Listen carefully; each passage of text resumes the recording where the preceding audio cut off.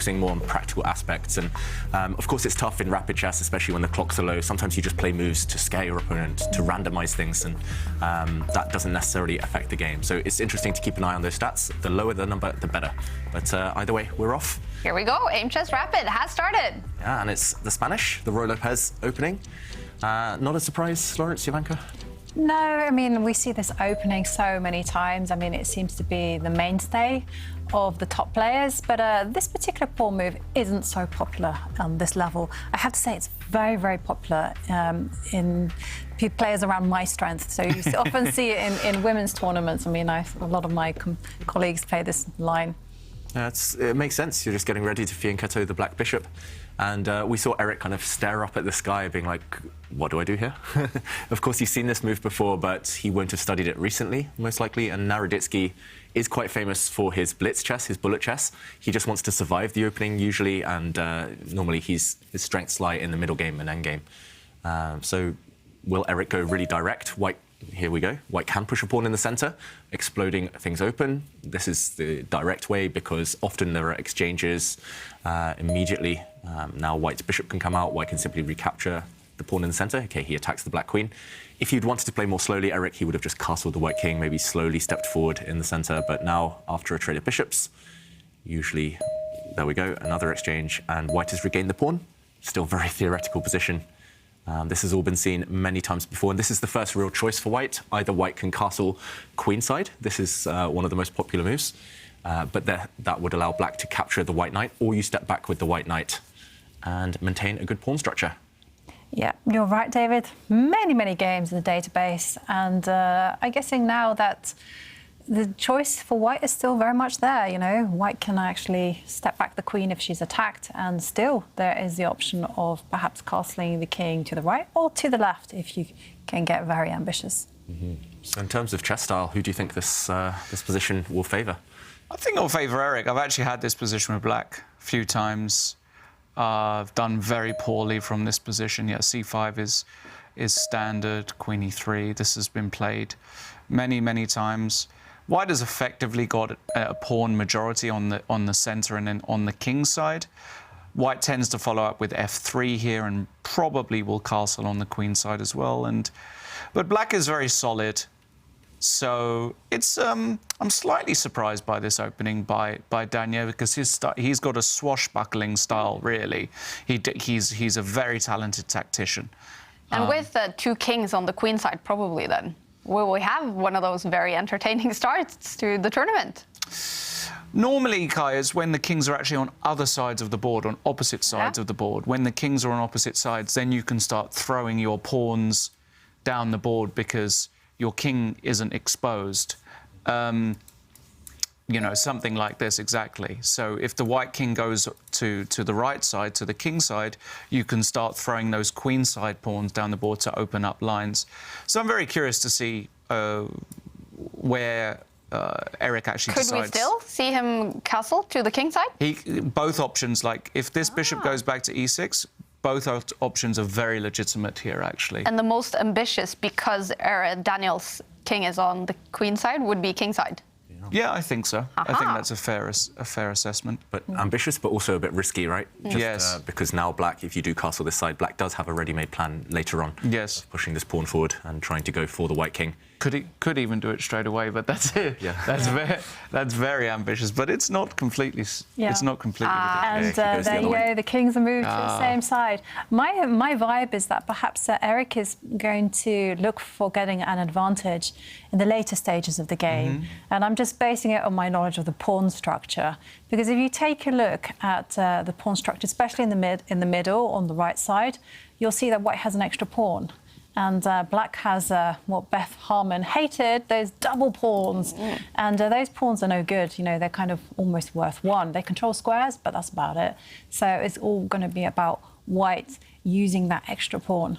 They do control squares around the king, though. Yeah. Are they good for protection right now? Yes, they're good defenders, but, you know, they're not good for creating passed pawns, which in the endgame, in the later stages of the game, you need your pawns to mobilise forward.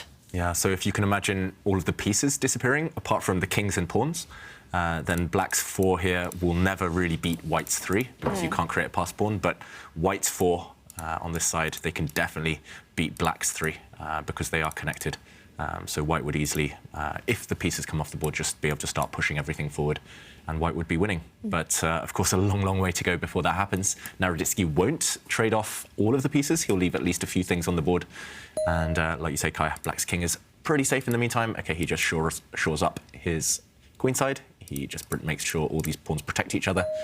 And yeah, it's going to be a maneuvering game for the time being. Eric now getting ready to try and trade off all the rooks.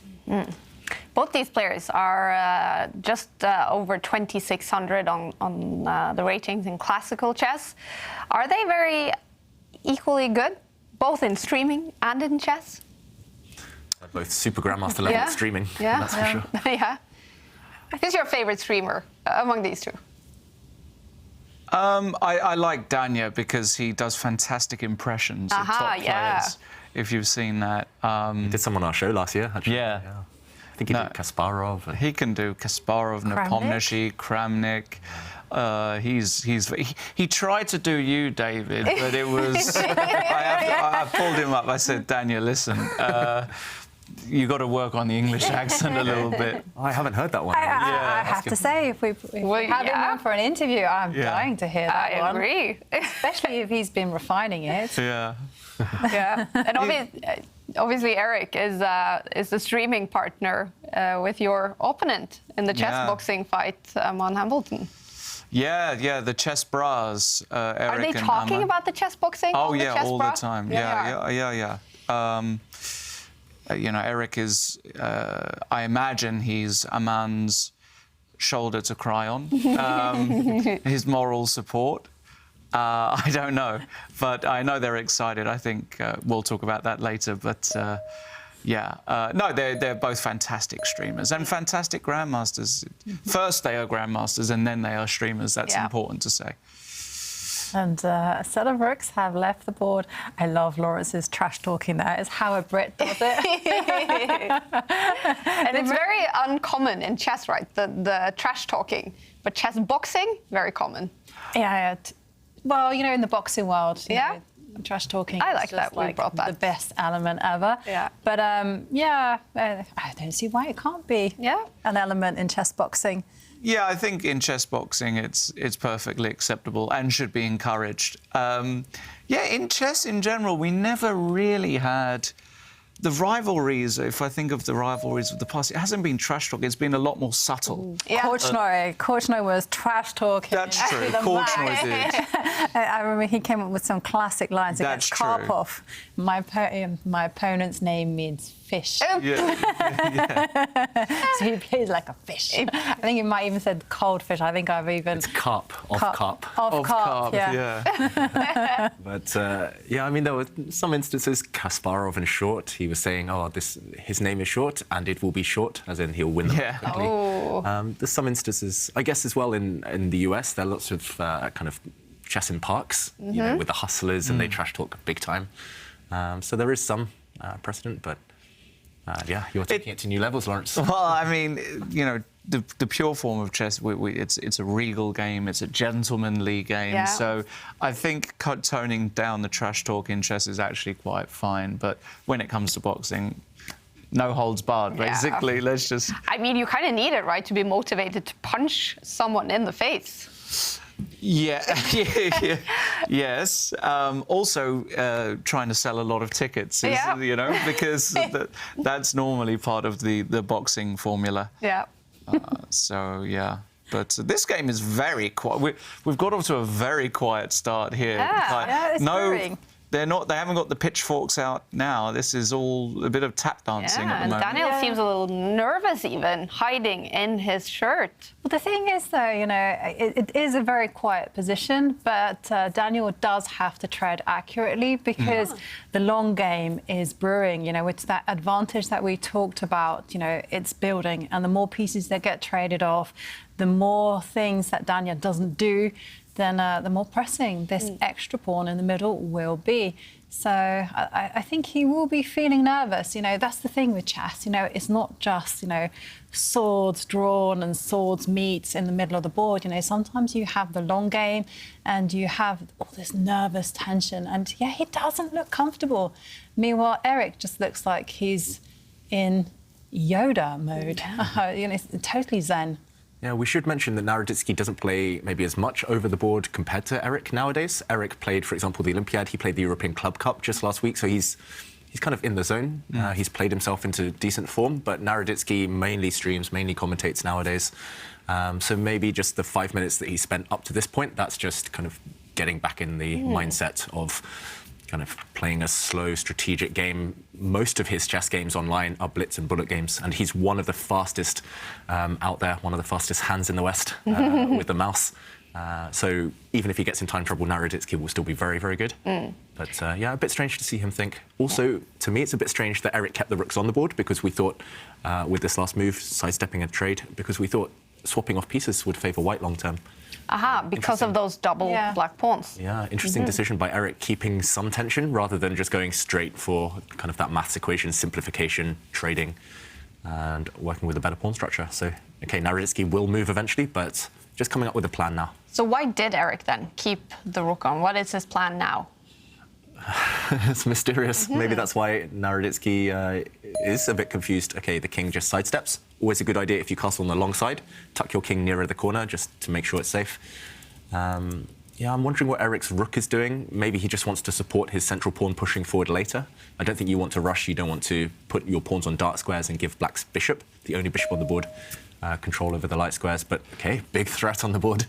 Eric's knight now jumping into the centre. If that knight could jump to the c6 square, that would be a check and what we call a family fork. The white knight was trying to fork the king, the black queen, and the black rook, but Naroditsky stopped that. Now, what do you think? Knight takes bishop, or just keep that knight in the centre? Yeah, I think f4, yeah, exactly. Support that knight. That's the logical move. His knight looks pretty good, actually, in the middle of the board right now. It does, and then white is potentially threatening as well to take some extra space and start advancing those pawns on the right. Yeah. And there we can see a selfie from Mega Patil. And yeah, we love it when everyone at home joins in, the fun and the action, and sends us their selfies, shows us where they're watching the show from. And you can do that by tweeting us using the hashtag #ChessChamp, and we will try and feature them on the show. Yeah. And there you can see Daniel's bishop takes a step backwards. It's not good when he's being forced to sound the retreat. Personally, I mean, you're right, it's very passive, but I quite like these bishop manoeuvres, this kind of knight versus bishop pattern, white's knight in the centre and black's bishop on the top of the board. It's not clear, does the knight dominate the bishop or does the bishop dominate the knight? The black bishop still has long-term potential, but it does take a while for Naroditsky now to try and get rid of that beast in the centre of the board. Eric stepping the white queen back, hinting maybe that the white queen's actually going to go to the edge of the board, to the h4 square, just to create a nasty pin against the black knight. Yeah, it's a bit uncomfortable, just temporarily at least for Naroditsky.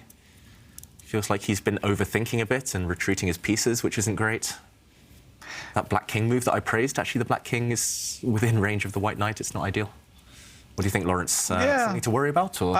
As I said, I'm kind of surprised Daniel went for this opening. I don't think it suits him stylistically whatsoever. He likes the dynamism in positions. He's an extremely talented calculator.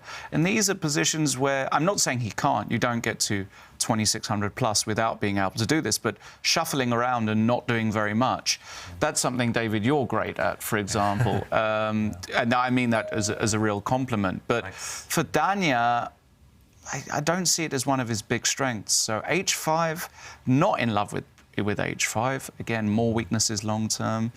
Really tough position to play. Doesn't stop white pushing pawns forward on that right side. Doesn't stop the white queen maybe going to the edge of the board, lining up on a diagonal. Yeah, like you said, you just got to play to your strengths. And I mean, Naroditsky can do everything. He's very good at that. But when we've seen him kind of put his head in his hands, he's clearly trying to calculate. But this is not the type of position where you can calculate your way out of trouble. You can't really find any forcing lines unless your opponent initiates. Yeah, I'm expecting Eric to maybe even just start pushing. The white g-pawn can step forward 2 squares, the white queen can move. There are ways to create threats. Yeah, and I'm just going to take the time to draw the attention to the white king. Is it safe? Because the reason I'm asking this is because in my last 2 games, I kid you not, it was all to do with king safety. I was the one attacking, but I never took that time out to make a grandmaster move. What do you think? Yeah. Is it safe in that square, or should he take some precautionary measures and tuck it into the corner just in case?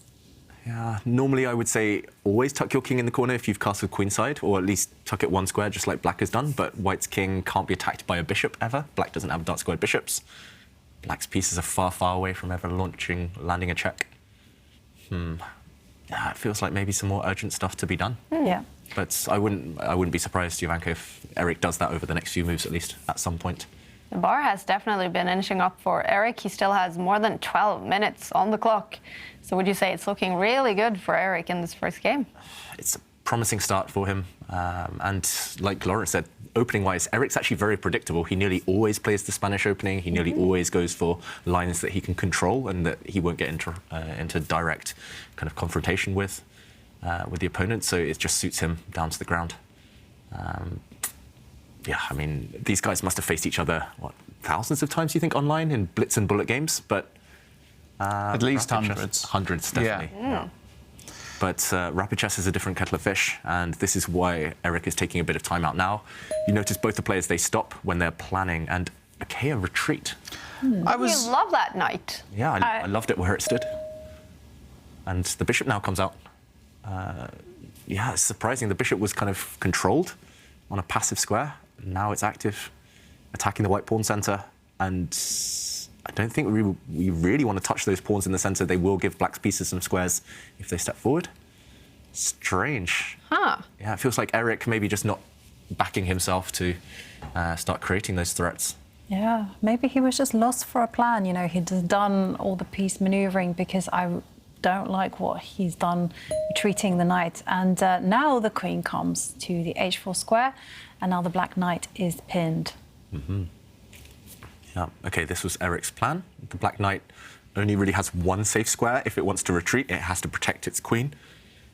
This tension, I mean, is there a threat for white? I don't really see a direct threat. Just kind of causing some discomfort, I guess, with the white queen on that diagonal. But yeah, it's still very cagey. It's like in boxing when they're just kind of eyeing each other up. They're just dancing around each other at the moment, not trying to land any punches necessarily. Yeah. Will we see a knockout, though, in this game? Is it the position right now, does it look like a game that will end up with a winner or something that would be a draw? If there's going to be a winner, it's more likely to be white, probably. But yeah, still plenty of play left in this one. While the queens remain on the board, Naroditsky has decent chances at some point to get active, to create some dynamic play, which Lawrence pointed out as his forte. But if the queens come off, I think white has some degree of safety. Okay, the black knight does retreat, offering that queen trade. Okay, if Eric wants to take the risk out, he'll just swap queens and try and play this endgame. If he wants to keep more tension, he'll retreat the white queen. But then why did you bring her to this square in the first place if you're not going to trade off? What would you guys do? I wouldn't trade off queens. Step back. Step back. But then again, that's just my preference. I kind of feel like Eric needs to keep the queens on just to put pressure on Naroditsky's position. But then again, I think it's fair cop, really. Anything goes. Yeah. Naroditsky, so he is a dynamic player, but he's also written some columns, some newspaper columns, magazine articles on endgames. So very, very well versed in the endgame as well. Chess historian. He knows a lot about chess history, Naroditsky. So yeah, I mean, Eric, it's unclear. Do you go for a strategy where you go into an endgame against quite a famed endgame player, or do you do what he's just done and keep the queens on? Jovanka was right. And now the black knight is on a bad square, so you've gained something in that last couple of moves. Do you think this is maybe a draw offer? If the black knight comes forward, the queen is going to retreat to, well, it's going to return to the h4 square. I don't think we'll see Eric try and repeat this initiated. No, Eric will never repeat this position. The white queen's on a better square than she was earlier as well. Okay. I don't know. I mean, Naroditsky probably would love to repeat. Oh, there you go. Okay, so if White's queen goes back where she came from, we've seen that position before. But Eric has more choice now. Will he? Won't he? I agree with you, David. I don't think he will repeat the position. Yeah, and this must be a prestigious game for both of these two. They are two of the lower-rated players in the tournament. This is a game. They both need to win to hope to qualify for the knockout stage, right? Yeah. Definitely. But the thing is, though, with the draw offer, it does add that kind of extra element. Mm-hmm. Like here, I'm sure Daniel will be thinking, is he going to repeat? And he will be wasting some time and some energy thinking about these things. And the queen does step forward to the diagonal, but moves to the g4 square, which to my eyes looks like an improved version. Yep. G5. The knight could still step back, offering a queen trade again. Looks sensible. That's what I would do. Yeah. It's just really hard to evaluate White's chances. Yeah. Yeah.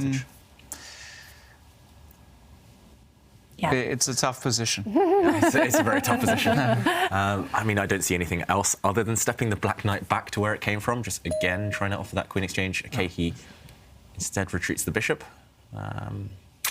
Okay, at least the bishop's on a safe square. I hate having pieces undefended, loose pieces, and that bishop was previously vulnerable to the white knights. So the bishop is safe, keeps the black king safe. So is this basically just a frustrating game to play, especially for Daniel, because it seems on you guys, it's very difficult to spot the plans, but it feels like there's something, especially for White then. Exactly, yeah. I mean, again, it's White's better pawn structure. It's just temporarily, at least White is a bit more active. White's queen really well placed. White's knight's ready to pounce.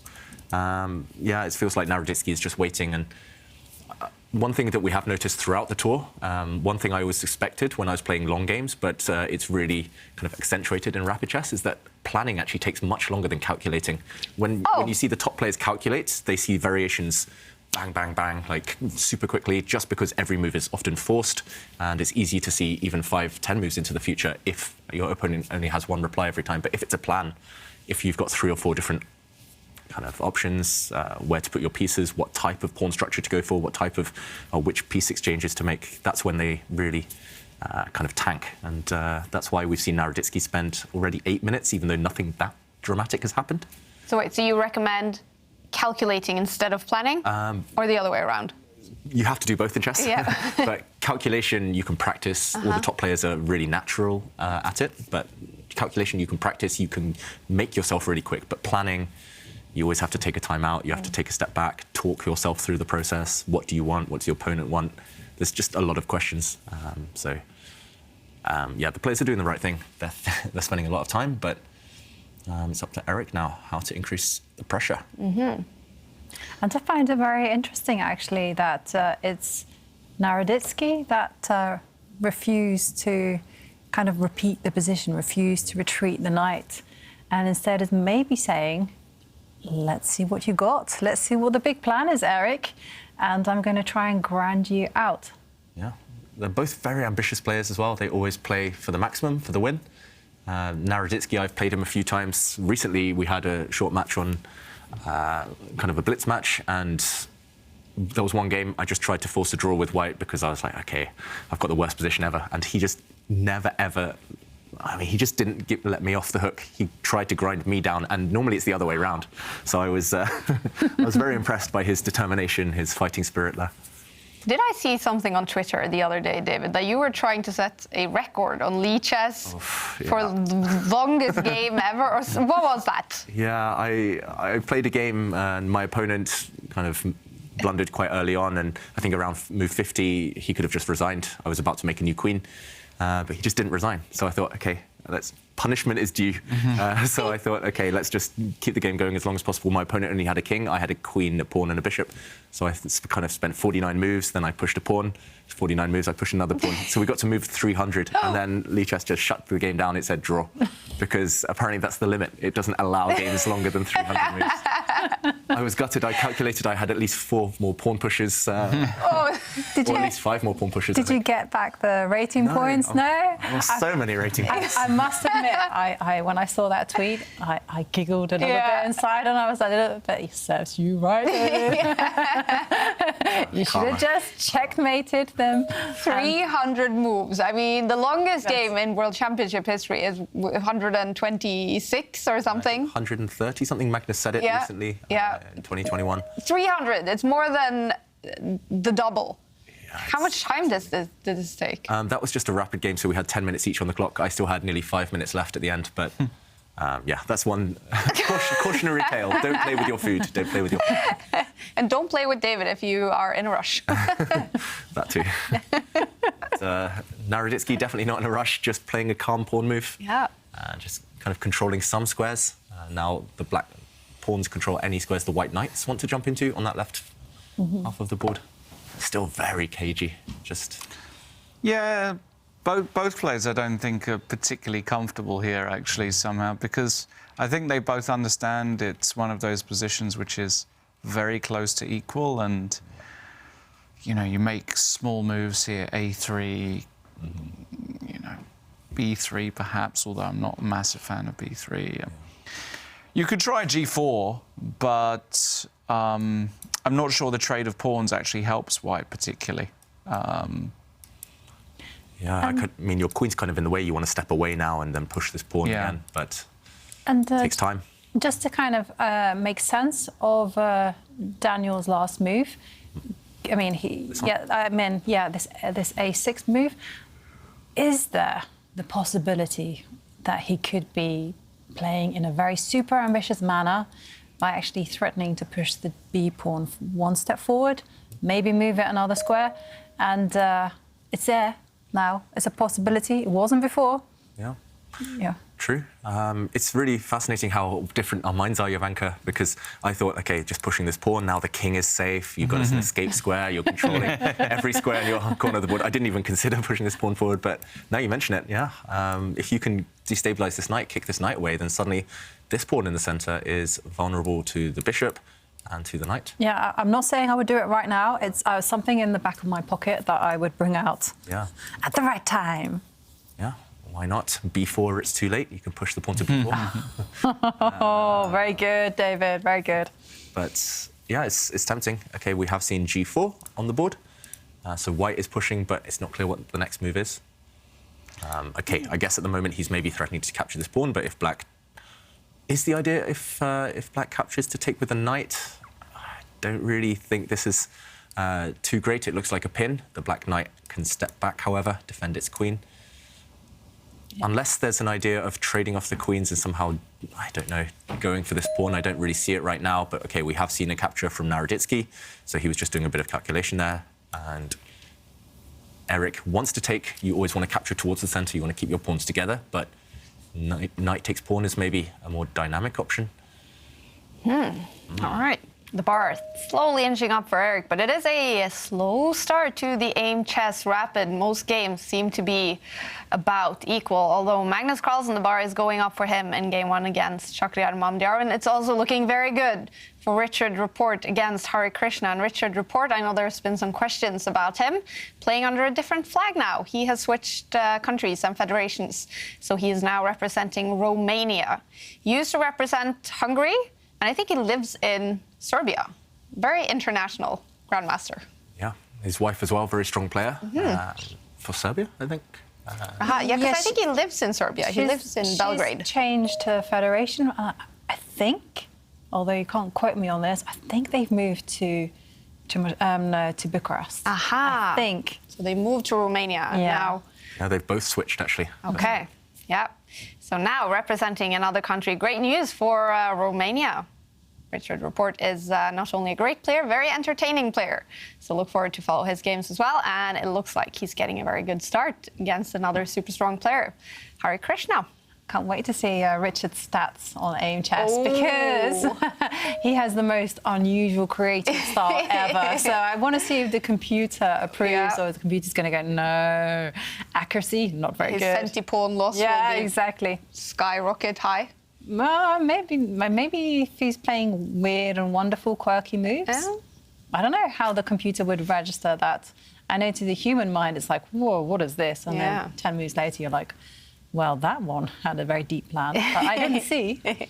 We will take a look at that later when we follow Richard's report. Now we are following Eric and Daniel. The bar is back to the center. What a tense game. Yeah, very tense, and Naroditsky couldn't decide where to put the black king. He brought it back towards the centre, now defending his queen. Again, very sensible. The black queen was the only undefended piece in black's camp. You got to guard against any tricks by protecting your pieces. And I don't know about Eric's knight retreat somehow. He's ready to push pawns in the centre, but again, that comes with kind of downsides as well. If you push the white pawns in the centre, they might be vulnerable. You might give away some squares. OK, Naroditsky down to 5 minutes, Eric down to 4 minutes. This one, what do you think? Time scramble?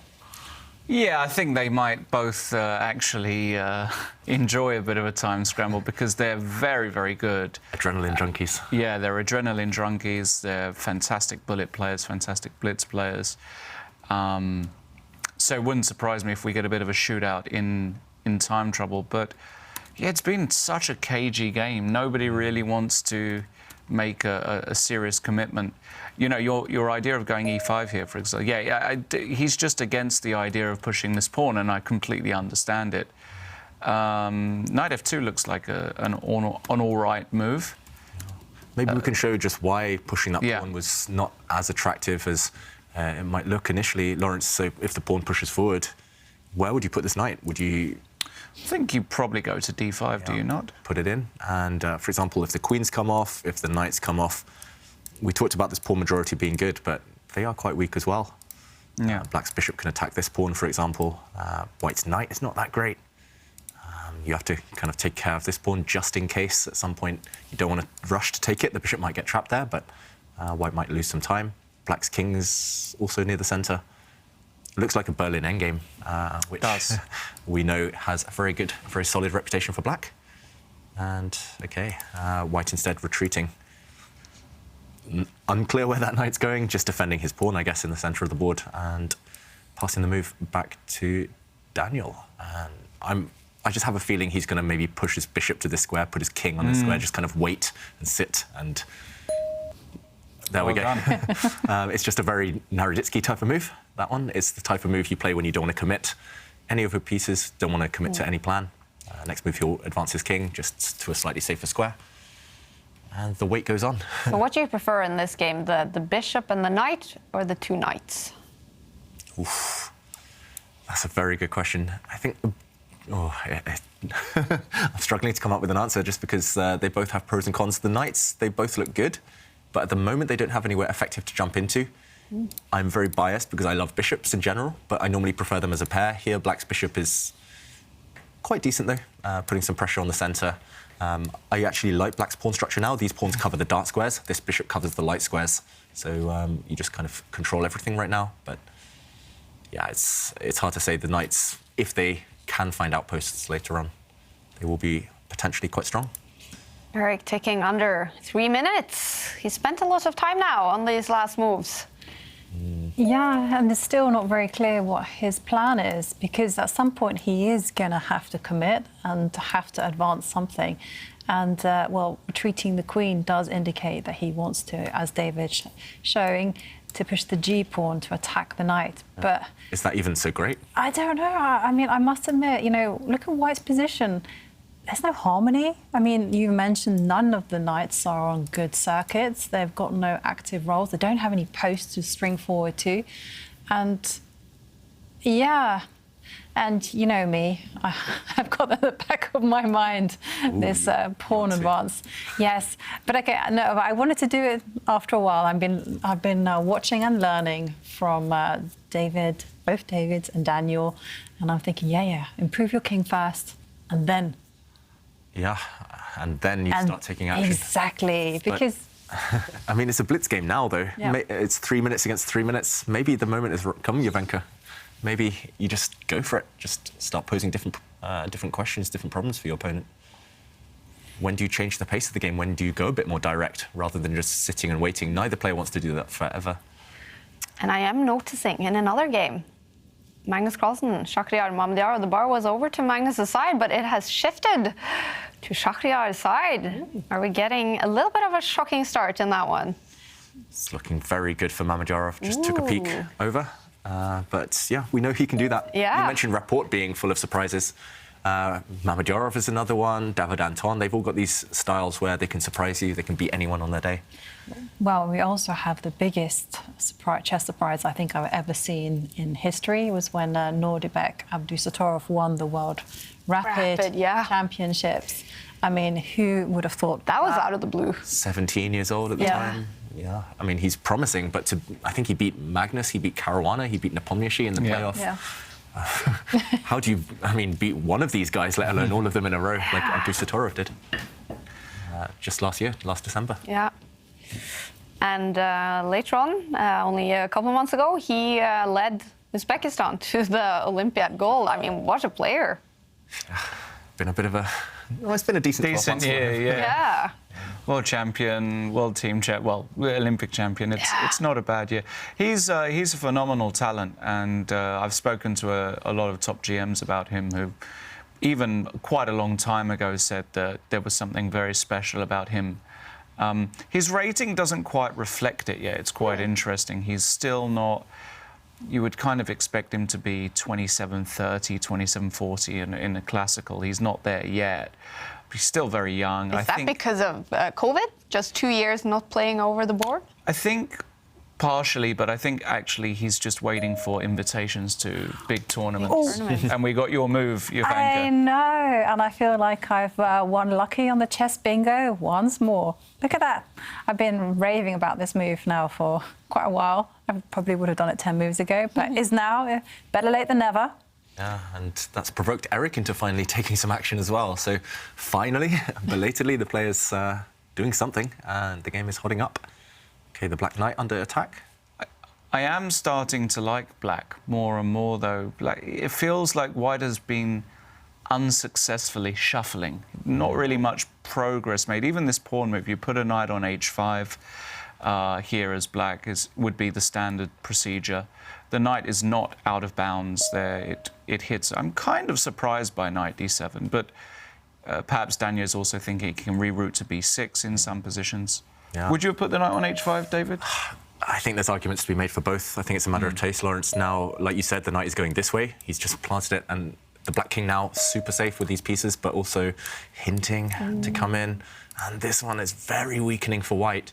Hate this move. Yeah. What, if I play c4 here, what's going on? Exactly, and he's played it. The queen is coming in suddenly, and White's king, which was safe for so long, is no longer feeling so good about life. And it's not just the king that's in trouble. I mean, we have to also mention the unsupported pawn in the middle of the board, e4. This one is, I mean, it's just one tiny pawn move from evicting the knight on c3, which is a very important defender. Yeah, I mean, everything suddenly is happening. And look at White's queen. What is this piece doing on this side of the board? He's locked in his own queen.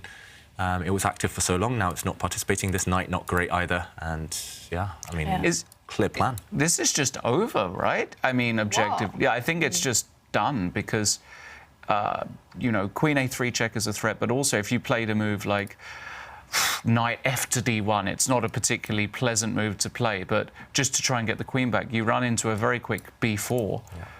And then your e4 pawn drops and your position collapses. This is actually total collapse here. Wow. And Eric was just not able, you know, one of the greatest skills in chess, what David can do, what, you know, some really top grandmasters can do is, in those kinds of positions, is do nothing very well. And if you do nothing very badly, like Eric has done in this game, you can get punished. And fair play to Daniel. I mean, he was very calm. He didn't rush. OK, this move, queen g3, is not going to save the day for Eric, in my opinion. How do we finish this off here? Can you dive in? The first one that I would think of is check. Check, yeah. Check, and there it comes. And the king has to move to the side of the board. And now, I mean, it's so tempting just to push one pawn forward. Yeah, you've got to be slightly careful. Your queen is running out of squares, but she's still very active. The white knight has to drop back. You can push this pawn forward, for example. The white knight does guard against any checkmates, but It looks like it's hanging by a thread. I guess white can continue defending here. Another idea would be to just capture this pawn, but you have to be a bit careful again. There might be some tactics, for example, I like here. that one, yeah. There would be a pin. So black still has some tricks to dodge. I'm gonna channel my inner Jovanka here and, you know, array the A pawn, as Simon might say. Can we just start throwing A5, A4 down the board and just rip open the cover of that white king? You're right, there's no rush. OK, I love this one, Lawrence, actually. Yeah. Pushing forward. White's queen still takes an age to get anywhere decent. But OK, he's dropped his queen back. Naroditsky and maybe some threats on the board along this diagonal using a pin. The white rook moves up, and Lawrence, you lean forward. It feels like something's going wrong for white. It feels so loose. Dan, you're not finding the knockout, though, right? These are kind of slightly... He's nervous. I think yeah, they're both nervous moves, yeah. Yeah. First game of the tournament, it's understandable. And also, if you take a look at the clock times, both players nearing the 1 minute mark, you know, you often don't want to commit to such brutal strategies, to committal strategies, when you have not so much time on the clock.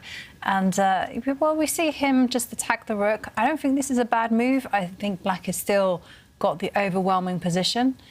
It just hasn't finished off the game. Yeah. They are both entering known territory, though. Bullet. That's right. And I've watched many of Daniel's streams, and often his strategy is to just kind of pose problems for the opponent, force them to burn some time on the clock, just calculating, just trying to survive. So it feels like, as Lawrence said, he's not being the most direct. He's not going for a knockout, but he's just asking Eric's difficult questions on every turn. And the white knights now are completely stuck. Black switches angle. Love this move. Yeah. This is a lovely move. No threat, but white always has to be careful of that rook coming in now. Yeah, if that rook ever can come in with a check on the first rank, it's going to be curtains. It's going to be game over. And it's the kind of move, and I have to say, I have to quote from our dear friend Simon, discombobulates your opponent, you know. Just so confusing. Yeah, exactly. It's like, oh, so I didn't realise that line existed. OK, and the rook does take a step back. So, yeah, earlier, Lawrence, you were talking about the art of doing nothing, and I saw this great quote recently. It was like the tactician knows what to do when there's something to do, but the strategist knows what to do when there's nothing to do. And now you've got to actually do something. That's the thing. You've got to switch mindset. OK, the white knight in the centre. Your A-pawn push, it's coming. Do you like... It's a little bit later than I would have liked, because white has actually been able to rearrange his pieces in quite a decent way here. Black is still better, but I'm not convinced... I don't know how much better now. At least, for example, OK, the bar going down, but worst comes to the worst, white can swap off the black bishop, white's knight can go and take it, and I don't think you're going to get checkmated. There's just not enough material left, so, OK, he does swap off. I thought... Maybe there was no rush with that, but... Yeah, I was thinking about the move queen over to c3 there first, but OK, Eric trying to get some stability on the dark squares here makes perfect sense, but... Still, the white king is not safe, and we talked about that pawn structure earlier, black having more pawns on the left, but you won't create any pass pawns, but you have more protection for your king. So black has 3 pawns on the queen side, white has 2. You have more pawn protection. On the other side of the board, it's kind of irrelevant right now. But Eric being very sneaky here, you know, capturing the pawn on b3 with this particular move, and that's an unexpected move. And Daniel responds by putting his rook on the second row. Apologies. I don't know. I still feel that this is a big fight, and the white rook now eyeing up the black queen. OK, this white rook shuffle, I don't really see the threat. Yes, there's a pin now, but black's queen can simply move. I would have rushed to kick that black rook out of white's camp. OK, the black queen does sidestep. Maybe now it's the time just to kind of go, not sure about this queen move. OK, anyway, it's achieved the big mission. The rook has been kicked back, but the white knight now has to jump forward, has to find some active post. It's not great, is it? No. OK, he's lined up on the same diagonal as the black king with this move. There's kind of a semi-threat of pushing white's e-pawn forward with a discovered check. But, OK, I'm expecting Naroditsky to just move his queen. The black queen, which way is she going to go? Is she going to dive back in towards the white king? Is she just going to stay in the centre? And the players now with seconds left on the clock, 44 seconds for Eric. And meanwhile, it's near coming under 30 seconds for Daniel Naroditsky. And right on the board. What happened? Draw? What? Looks like it. It looks anticlimax. It looks like Eric offered a draw and Naroditsky said yes. Wow, just as things were heating up as well. Yeah. Just when we were finally getting excited about this game. And we do have a result. It is a draw. Strange. Eric Hansen, he just runs off. But Daniel, still sitting by the computer,